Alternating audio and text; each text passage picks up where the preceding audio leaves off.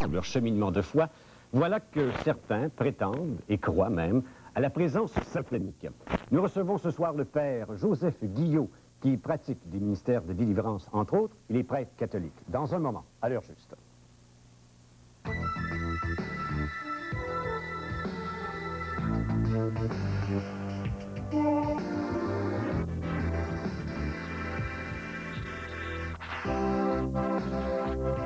Bonsoir, Père Guillot.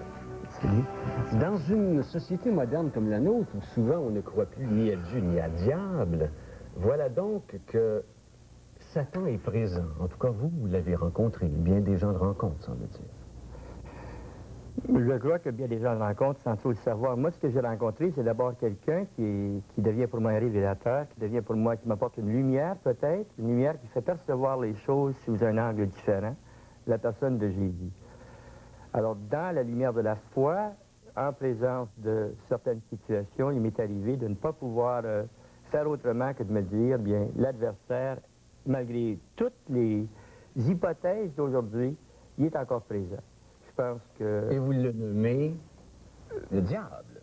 Bien, le diable, Satan, l'adversaire, Saint Thérèse d'Enfant Jésus l'appelait, je ne sais pas, le nono sans amour. C'est que il n'y a pas seulement, on le voit déjà dans l'Évangile, Jésus qui affronte au début de sa vie, de son ministère, il affronte l'adversaire au désert. Il n'y a pas seulement... Vous parlez des tentations dans le désert. Les tentations de Jésus dans le désert. Okay. Il n'y a pas seulement de la méchanceté humaine, qu'on prenne les goulags ou qu'on prenne certaines situations atroces, et puis des fois certains tourments. Il y a aussi, en tout cas moi c'est une chose à laquelle je crois, et je pense qu'il faut avoir le courage de l'affirmer aussi. Il y a une présence spirituelle, personnalisée, mauvaise, absolument. Les forces du mal. Il y a les forces du mal. Les ténèbres. Qui ne remplacent pas ma liberté, qui ne m'enlèvent pas ma liberté, ma responsabilité personnelle, mais qui est quand même là dans la vie des saints, qui est là dans... On en a des indices dans les rituels de l'Église, dans la liturgie. Je vais être franc avec vous, dans la vie des saints, j'ai pas tellement de misère avec ça, parce qu'ils ont une démarche mystique, mais monsieur, madame, tout le monde, là, ils sont pas possédés du diable. Non, non, il y a, je pense, une espèce de je sais pas, des satanomanies, une tendance à voir du diable partout, à tenter des espèces d'exorcismes partout. Il y a quelque chose d'absolument, de la part des chrétiens surtout, d'un petit peu faussé, de déséquilibré dans certains cas.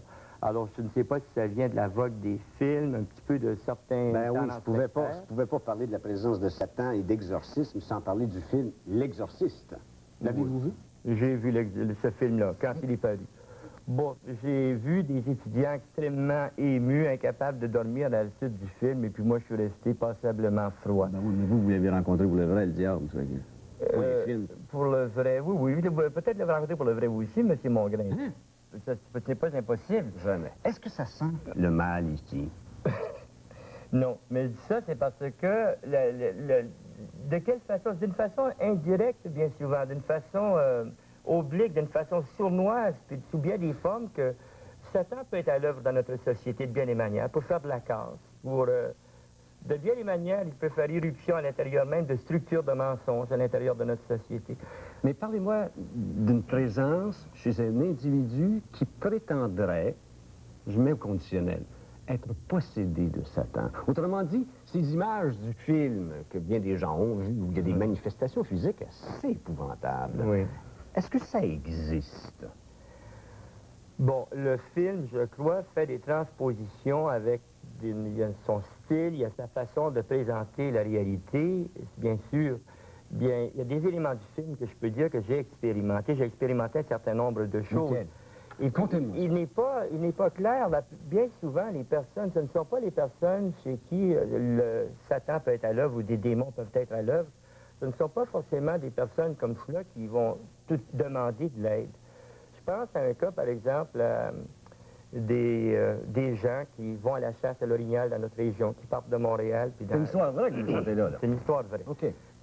Alors, bon, voici que un de ces hommes a vécu tout un cheminement spirituel.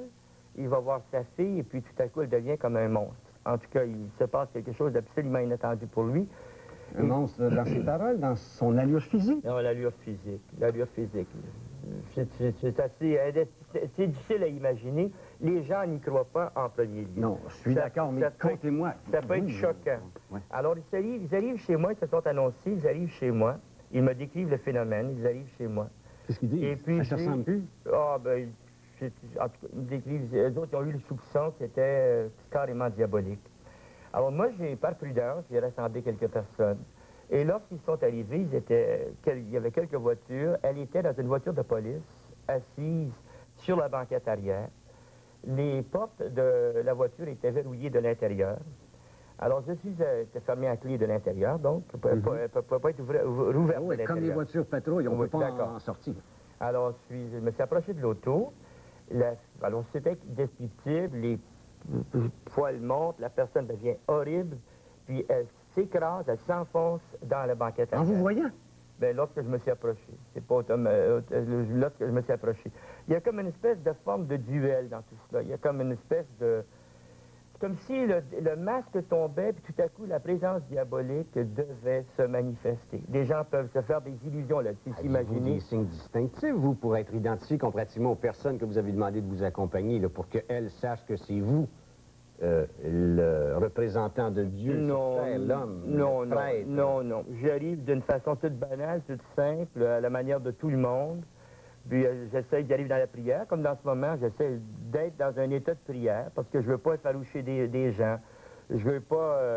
je veux tout simplement quand même démasquer une présence. Puis je pense que c'est là que le masque tombe.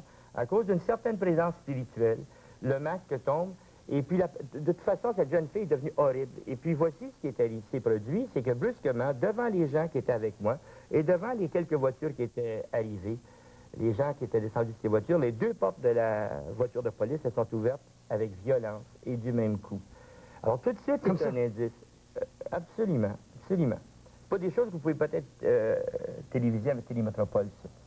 Alors, je pense pas que le démon a intérêt à se donner en spectacle. D'ailleurs, son action n'est pas de type spectaculaire, son action la principale. Mais celle-là, c'est assez spectaculaire. C'est assez spectaculaire. Alors, nous avons pris la jeune fille de force. De toute façon, cette jeune fille, à ce moment-là, ce n'est plus elle qui parle, ce n'est plus elle qui agit. C'est la voix qui change. Ça peut arriver, que la voix change. Les vomissements. Ça peut arriver. Les vomissements, ça peut arriver. J'ai vu un cas d'une personne qui a vomi après avoir mangé à 4 heures de l'après-midi, qui a vomi vers 2 heures de la nuit, alors que je priais avec elle. Et cette personne-là, qui était c'est un couple qui était sur le point d'une rupture totale. Alors, cette personne-là ne croyait pas au diable. Quand j'ai commencé à sentir une présence diabolique, ça n'a semblé n'avoir aucun effet. Mais quand elle finit de ça vomir... fait 2 fois que vous me parlez de pressentir. Moi, je le sens... ça sent à quoi? Comment est-ce qu'on fait pour sentir une présence diabolique? Je pourrais pas vous le dire exactement. C'est des choses, là, il y a un langage, là, il y a des repères objectifs auxquels on peut se reporter. Bon, donnez-moi... Quelque chose d'étrange, puis tellement anormal. Regardez les portes qui s'ouvrent, par exemple. Oui. L'eau bénite, je l'ai touché avec de l'eau bénite, elle s'est mise à hurler, ça brûle. Ça fait des marques? Non, la personne crie, ça brûle, elle crie d'une façon épouvantable. Il y a toutes sortes de phénomènes, même physiques. La personne se passe les jambes derrière la tête, ainsi de suite, alors que c'est une personne qui, normalement, ne peut rien faire de tout ça, ou bien un phénomène de lévitation. Ou bien... La lévitation? Vous avez vu ça, vous? Ben oui, j'ai vu ça. J'ai vu ça, lit qui brassent, j'ai pas été seul. Le lit qui brasse, c'est une autre paire de manches. Là, moi, ces choses-là, ce ne sont pas des choses qui m'impressionnent tant que ça. Ah non? Et Il y a changé?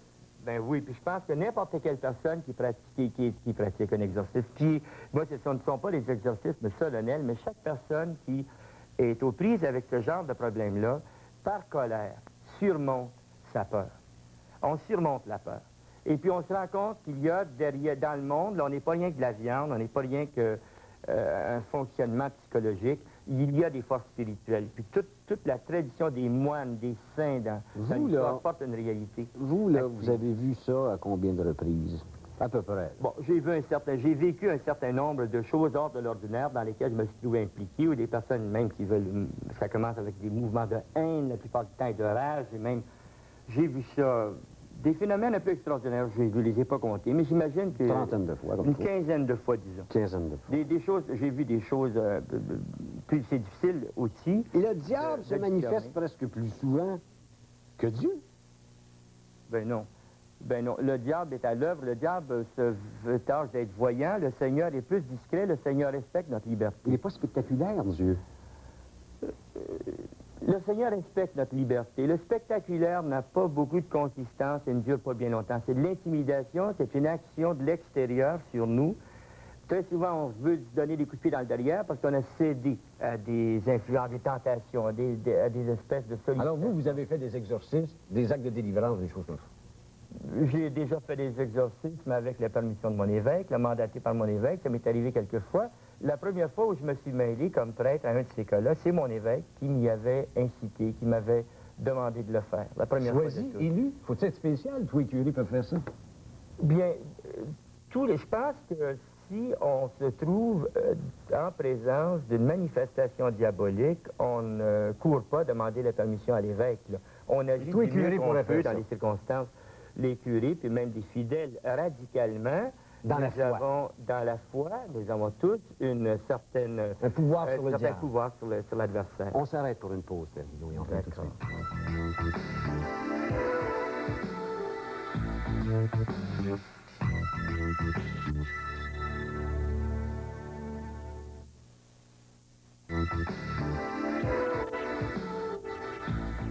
Avez-vous toujours gagné contre le diable? Quelquefois, ça a été difficile. Quelquefois, mais oui. Chute à finir, là, mais vous avez gagné toujours.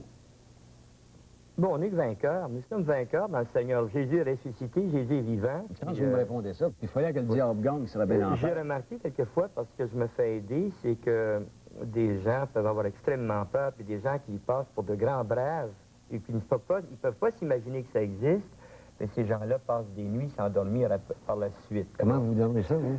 Non, moi, je vis ça dans le calme. Ah oui? Oui, je vis ça dans le calme. Dernièrement, là, Vous, là, vous êtes convoqué pour aller rencontrer le diable, vous n'avez pas de misère avec ça. C'est dur quand vous le faites, mais après ça, coucouche panier. Je ne sais pas si je suis convoqué. Une expérience que j'ai vécue dernièrement, je l'ai vécue dans une confiance totale. Ça a duré exactement 4h10. Et puis, c'est un jeune homme qui a perdu le fil complètement. Il ne sait pas ce qui s'est passé, lui. Je l'ai presque forcé à faire une consécration à Marie, puis c'est à ce moment-là qu'il a été délivré. Là, il est revenu à lui-même, se demandant ce qui s'était passé. Bon, lui, là, il ne savait pas ce qui se passait. Tout d'un coup, tous les gens qui sont possédés ne savent tellement pas ce qui se passe que c'est pas des possessions qu'ils ont. Ils sont, je sais pas moi, en délire mystique, ils sont en schizophrénie avancée ou en maniaco-dépressif fort. L'un n'exclut pas l'autre.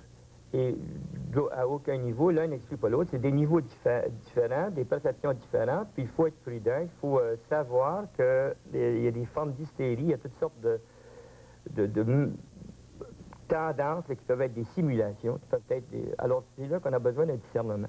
Bon, mais comment vous discernez ça? Si, admettons, vous arrivez devant quelqu'un qui est en hystérie et qui a un problème de santé mentale, qui l'identifie, lui, à une présence satanique, vous êtes là, vous dites, non, lui il est décompté, c'est pas une possession satanique, c'est un schizophrène, envoyez-le chez le psychiatre, je m'en occupe pas. Bien, il m'arrive, ce sont les psychiatres qui m'éclairent, justement. Et il arrive aussi que, d'une façon habituelle, moi, j'agis sur le terrain. Alors, je suis en train de prier avec quelqu'un, et puis j'ai, comme je vous l'ai dit tout à l'heure, une sorte d'avertissement.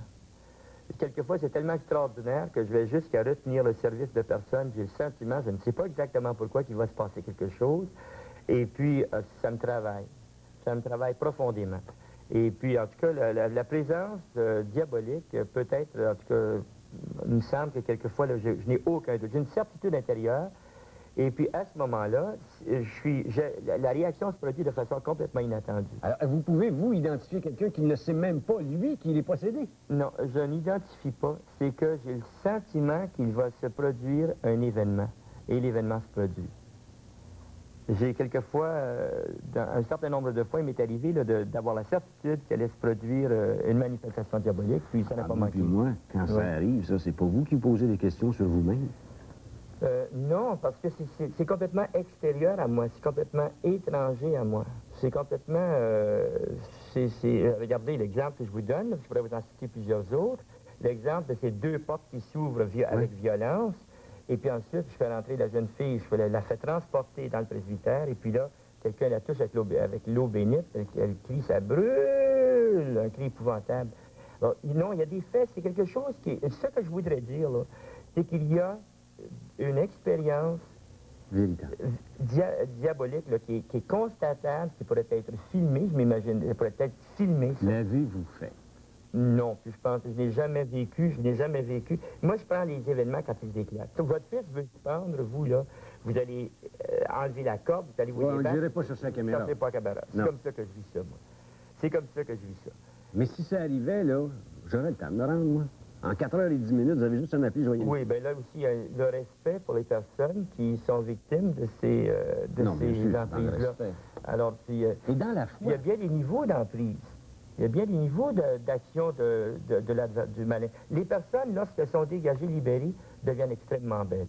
Et j'ai travaillé quelquefois avec plusieurs prêtres, avec 2, 3 prêtres. On était peut-être 4 ou 5 prêtres, même avec le père Régimbal, dans une circonstance, nous étions 5 prêtres. Alors, c'était assez épouvantable. C'est un jeune homme qui, tout à coup, lorsque le père Régimbal est arrivé, s'est mis à ramper avec des ondulations depuis les jambes, la pointe des jambes jusqu'aux pieds. Comme le serpent. Comme un serpent avec la bouche toute avancée. C'est quelque chose d'inimaginable. On ne peut pas s'imaginer que ça puisse se faire. Ensuite, il faisait des bonds, on aurait dit sans s'aider de ses mains, contre le père Régimbal. Et puis, le père Régimbal avait son étole, puis il a pris autorité, puis nous étions tous en train de prier. Puis, quand la libération s'est faite, il est tombé à plat d'un coup. Et puis, la plupart du temps, presque toujours ou toujours, la personne est rayonnante. On dirait qu'il y a un foyer de lumière qui vient l'illuminer, la transfigurer. C'est incroyable. La jeune fille peut être de toute horrible. Je peux avoir 8 hommes pour tenir une jeune femme, 8 hommes, 8 personnes. Et puis, elle va les traîner à une force qui est hors de l'ordinaire. Il y a des connaissances, elle peut vous nommer sans vous avoir connu, dans certaines circonstances. Alors, on dirait qu'il y a des forces de mort là-dedans. Le démon prend toutes les allures du ridicule. Il va ironiser, s'amuser, vous baver dans la face. Il peut essayer de vous dire vos péchés devant tout le monde. Toutes sortes de façons comme ça. Alors, l'Église, lorsqu'elle nomme... Délire! Pourquoi vous... Écoutez, je ne suis pas spécialiste ni au domaine religieux, ni en psychiatrie. Mais si je vous disais, comme argument, écoutez, vous avez affaire là à quelqu'un, je peux vous amener à un tel institut où il y a des gens qui ont des comportements comme ça, de convulsions, de réactions comme ça, qui ont le syndrome de la Tourette, qui parlent très mal, et etc., etc., etc. Et pourtant, ce ne sont pas des gens, en tout cas, que je le dis, être possédés de Satan. D'où vous vient, vous, cette conviction de la présence de cette force du mal? Elle me vient premièrement de la foi, l'Écriture sainte, et puis la tradition de l'Église. Elle me vient d'une expérience personnelle aussi. Vous savez, le démon peut se matérialiser sous forme animale, n'importe quoi. J'ai vécu ces choses-là. Alors, moi, je l'ai vécu, d'autres l'ont vécu, puis... Alors, c'est quelque chose d'extrêmement concret. Je reviens aux portes qui s'ouvrent. Je défie n'importe qui de vivre des choses pareilles. C'est pas une force naturelle, ça. C'est les portes de la voiture de police qui s'ouvrent. Des gens qui vont à partir sans s'appuyer sur quoi que ce soit, réagir.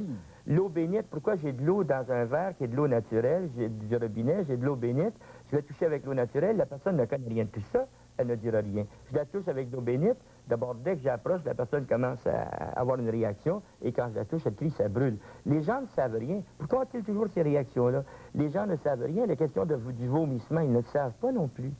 Alors, j'ai approché des gens dans des instituts psychiatriques à plusieurs reprises. Bon. Puis, par exemple, j'ai contacté des psychiatres. J'ai discuté certains cas avec des psychiatres. J'ai travaillé avec des médecins auprès de certains cas. Je me suis trouvé là. Est-ce que c'est la limite de leur science qui vous permet de dire que c'est le début de la présence du diable?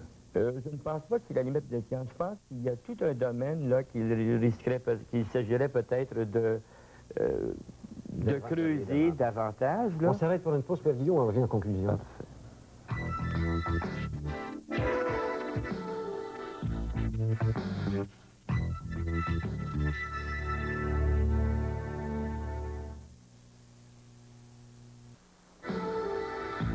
Une fois que vous avez gagné votre combat contre les forces du mal incarnées chez un individu, est-ce qu'il y a récidive? Il peut y avoir récidive. Chez le même individu? Oui. Il y a un problème, là, lui, là, le diable aime en Jupiter.